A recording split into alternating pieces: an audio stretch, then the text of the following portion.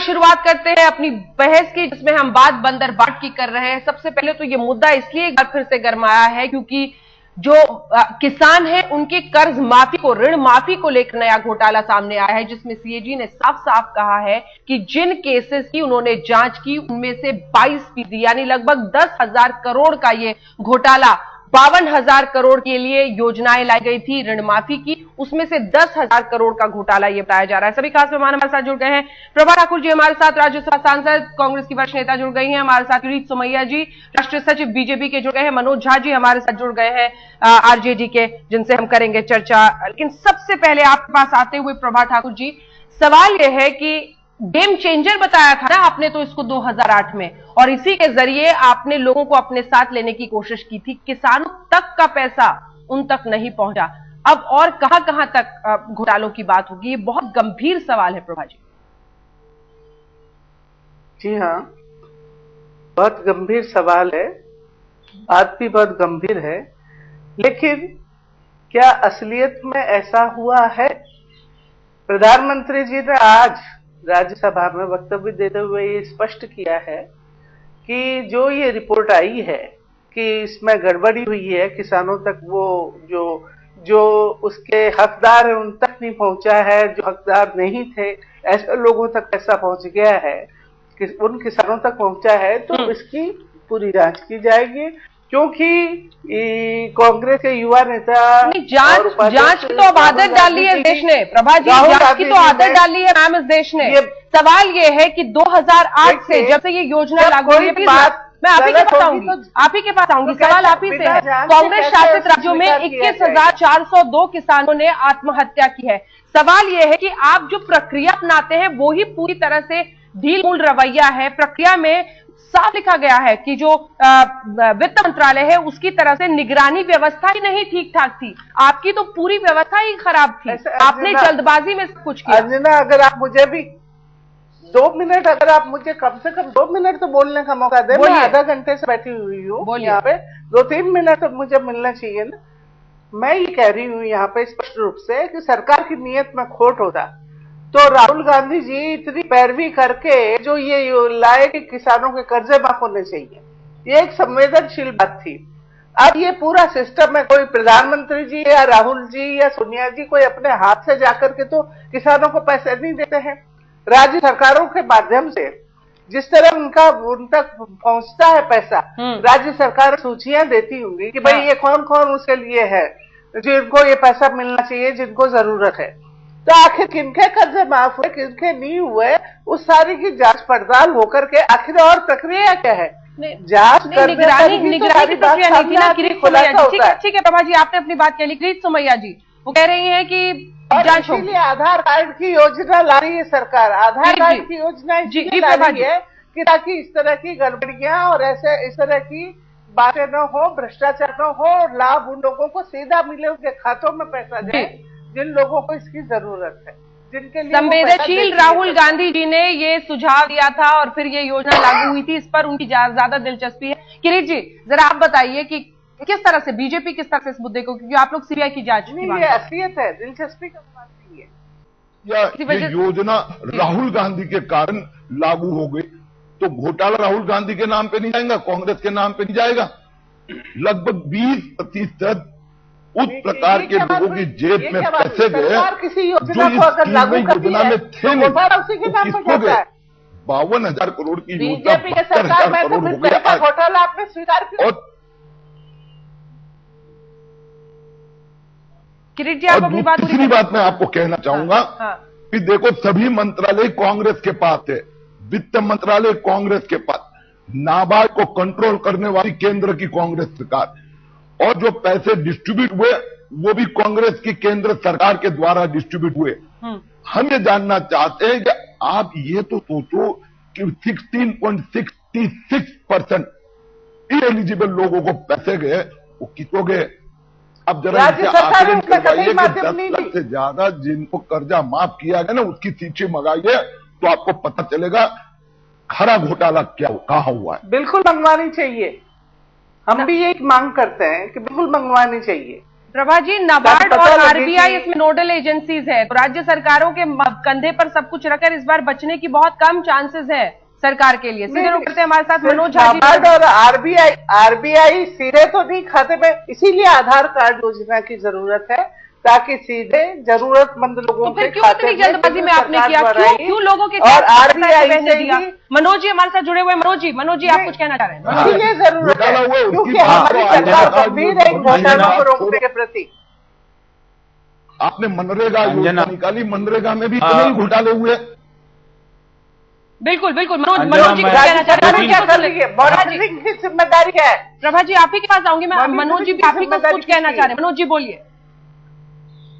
मैं 2-3 बातें कहना चाहता था। सर्वप्रथम तो मैं प्रभा जी के इस कथन से बिल्कुल ही सहमत हूं कि एक कोई भी नीति को किसी व्यक्ति से जोड़ करके और उसको एक फिलोसॉफिकल डोमेन में ना ले जाया जाए। मेरा मानना सीधा ये है कि, और हमारे दल का ये मानना है कि अगर 0.25% भी ऐसे केसेस आइडेंटिफाइड हुए हैं सीएजी के, इसको गंभीरता से लेने की आवश्यकता है, क्योंकि मनरेगा और ये जो कार्यक्रम था इसे हम गेम चेंजर प्रोग्राम कहते हैं। गेम चेंजर प्रोग्राम्स में संवेदनशीलता और सजगता ज्यादा होनी चाहिए। मैं मानता हूं कि ये सरकार के लिए एक खतरे की घंटी है और प्रधानमंत्री ने एक पोजीशन लिया है कि हम इस पर सारे अकाउंट्स को ऑडिट करवाने की, जो कि शरद पवार जी भी कह रहे थे। दूसरी बात जो मैं अंजना जी आपके माध्यम से कहना चाहता हूं, पिछले 6 महीनों में घोटाले भी हो रहे हैं, बहुत सारी बातें आ रही हैं, अब लोगों के पास जानकारी है, लेकिन भाजपा अक्सर इन मुद्दों पर वैकल्पिक दर्शन और दिशा देने की बजाय शोर और कोलाहल की राजनीति करने लगी है। और शोर और कोलाहल की राजनीति कहीं ना कहीं एक जो विकृत चेहरा है दक्षिणपंथी राजनीति का, जहां पर सुलझे सवालों पर सुलझे उत्तर नहीं होते हैं, अब सिर्फ चिल्लाना, भर्त्सना और हाय हाय करना। उसकी वजह से क्या होता है कि मौलिक जो मुद्दे हैं इन प्रोग्राम्स के, जिनको जाना चाहिए था, 3,69,00,000 किसानों तक अगर ढंग से चीजें नहीं पहुंची हैं, तो ये सिर्फ शोर और कोलाहल का विषय नहीं है, इस पर संवेदनशीलता की आवश्यकता है, जिसका मैं घोर अभाव देखता हूं। मनोज जी बहुत गंभीर सवाल आपने खड़े किया है बीजेपी पे, और चाहती हूं मैं किरीट जी की आप रिस्पॉन्ड करें इसलिए।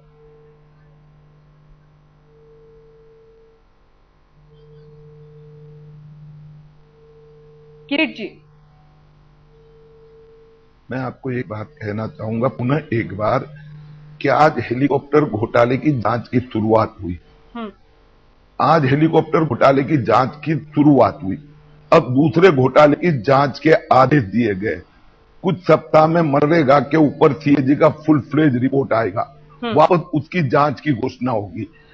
एक्चुअली एक योजना एग्जीक्यूशन में गड़बड़ नहीं है, इसका इंटेंशन ही घोटाला करना था। इसमें जब घोषणा हुई और एग्जीक्यूशन की योजना बनाई गई, उसमें कांग्रेस ने वोट बैंक की राजनीति ध्यान में रखकर उस प्रकार के बड़े किसानों को उनको ये लाभ पहुंचाने की दृष्टि से ही एग्जीक्यूशन किया है।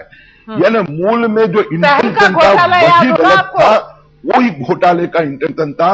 और हमारी मांग है कि अब 100% जितना भी एग्जीक्यूशन हुआ है उसकी जांच करो। चैनल्स पर प्रभा जी जल्दी से रिस्पॉन्ड कीजिए। मनोज जी कुछ कहना चाह रहे हैं, प्रभा जी जल्दी से।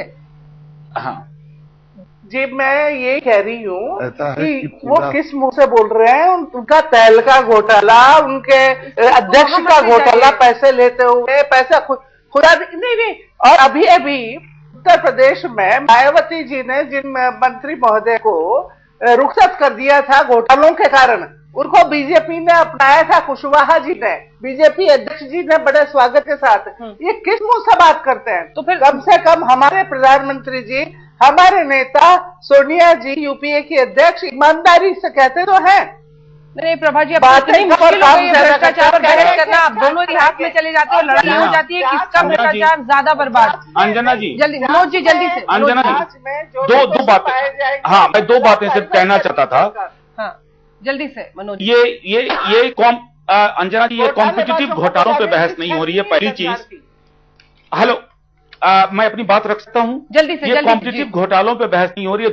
दूसरी चीज कि अकाउंटिंग और बैंकिंग प्रणालियां की त्रुटियां भी सीएजी ने इंगित की हैं और ये तमाम सरकारों पर लागू होती हैं, क्योंकि इसलिए मैंने कहा कि सजग और सहज बहस की आवश्यकता है। और तीसरी चीज, मैं चाहता हूं कि भाजपा दोहरा चरित्र न रखे। अपनी राज्य सरकारों पर जब सीएजी की टिप्पणियां आती हैं तो वो डिफेंसिव हो जाते हैं, बात नहीं करना चाहते। लेकिन अभी कोलाहल और शोर, मैं समझता हूं ये दोहरा मानदंड उचित नहीं है किसी भी सार्वजनिक। देखिए ना मनोज जी, आप भी अपनी राजनीति करने लगे इसी बहाने। आपको भी बिहार की राजनीति याद आ गई और फिर आपने सोचा कांग्रेस पर ज्यादा वार करने से अच्छा है बीजेपी पर भी वार किया जाए। तभी खास मेहमान हमारे साथ बने हुए किरीट सोमैया जी, आपके पास आते हुए मैंने आंकड़े निकाले एनसीआरबी के, नेशनल क्राइम रिकॉर्ड ब्यूरो के, और 2008 से जब से ये योजना आई उसके बाद से बीजेपी शासित राज्यों में भी किरीट सोमैया जी 18,743 किसानों ने आत्महत्याएं की हैं। तो ये पूरी प्रक्रिया जो सरकारें हैं सबने इस देश के किसानों को पूरी तरह से फेल किया है, जिसकी वजह से ये हालत है उनकी।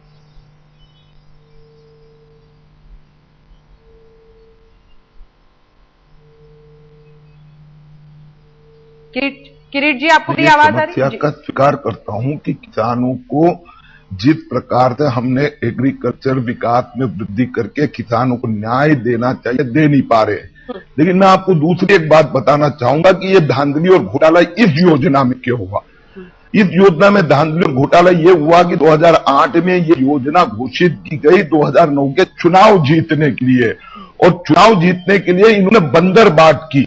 देखो, ये योजना की जो समरी जो सीएजी की रिपोर्ट में दी है उसमें बहुत स्पष्ट लिखा है कि government of India, department of financial services, RBI and NABARD are going to monitor. इन एजेंसी को भी प्रामाणिकता से, ईमानदारी से मॉनिटर करने देते ना तो इतना घोटाला नहीं होता। लेकिन ज्यादा से ज्यादा कर्जा बांटो, जल्दी बांटो, हमें वोट चाहिए 2009 में, हमको राहुल की जय जयकार करनी है, इसके लिए ये पैसा अंधाधुंध बांटा गया, इसके लिए यह घोटाला हुआ है, यह धांधली हुई है। आप और जानकारी निकालेगी तो आपको पता चलेगा कि पहले 6 महीने में जो पैसे बटे उसमें सबसे ज्यादा घोटाला हुआ है। किसानों के साथ है और अधिक न्याय करना, ये मैं मान्य करता हूं। वो भाजपा का राज्य हो, लेफ्ट का हो या कांग्रेस का हो, हमारे यहां किसानों की परिस्थिति सुधारने की जरूरत है, वो चर्चा का दूसरा विषय है। लेकिन इस प्रकार से यह अधिकार हमें नहीं देता है कि कांग्रेस वाले जाके जिसे चाहे पैसा बांट दे और देश के 10,000 करोड़ का घोटाला करे, यह हमें मंजूर नहीं है। मनोज जी, बहुत दिलचस्प है। मैं समझना चाह रही हूँ कि इसमें आरजेडी की किस तरह की राजनीति, आप किस तरह की राजनीति दिख रहे हैं?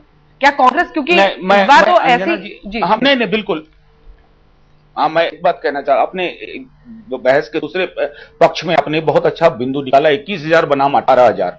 हमारा मानना है, अगर हमारे दल को हमारा अगर पॉलिटिकल मैनिफेस्टो आप देखें, हमारा मानना है कि ये जो नव उदारवादी आर्थिक नीति है उसकी वजह से हत्याएं हो रही हैं, उसकी और उसके विकल्प में कोई भी सेफ्टी नेट ना कांग्रेस के एजेंडा में मुझे दिख रहा, ना भाजपा के। तो वो अपने आप में एक भयावह स्थिति है कि ऋण माफी वो तो एक शॉर्ट टर्म मेजर है, आपके पास किसानों के लिए सेफ्टी नेट क्या है, कोई लॉन्ग टर्म प्रोपोजिशन है, उसको विकसित करने की आवश्यकता है। नहीं तो अभी भी आत्महत्याएं रुकी नहीं है। तो मैं समझता हूं कि वो उस प्रश्न को किरीट सोमैया जी स्कर्ट कर गए, और जब आप एक व्यक्ति और उसके घोटाले के इर्द गिर्द ही शोर मचाने वाली बात करते हैं, तो जो प्रश्न, जिस प्रश्न से आपने शुरुआत की वो क्यों छूट गया, उस पर क्यों नहीं गंभीर हम हो सकते, और ये तय करें कि राजनीतिक मंच पर ये तय करें कि कम से कम नव उदारवादी मैनिफेस्टो में किसानों के लिए एक्सक्लूसिव सेफ्टी नेट होना चाहिए। बिल्कुल, तो यही जैसे कि 90 के दशक में बिल्कुल सामने निकल कर आई है। और इसी के साथ इस बहस का करेंगे। बहुत बहुत शुक्रिया आप दोनों का हमारे साथ इस चर्चा में शामिल होने के लिए। बहुत दिलचस्प है, प्रधानमंत्री कुछ ही देर पहले बोल रहे थे लोकसभा में और उन्होंने यही कहा कि जो गरजते हैं वो बरसते नहीं। जाहिर तौर पर बीजेपी की तरफ वो इशारा कर रहे थे, लेकिन देश ये जानना चाहता है कि प्रधानमंत्री जी आप क्यों नहीं बरसे, क्यों नहीं उन किसानों के लिए खुशहाली ला पाए जिनको आपने 2008 में सत्ता में आने के लिए खुशहाली का वादा दिया था, कर्ज माफी का वादा दिया था। आप देखते रहिए आज।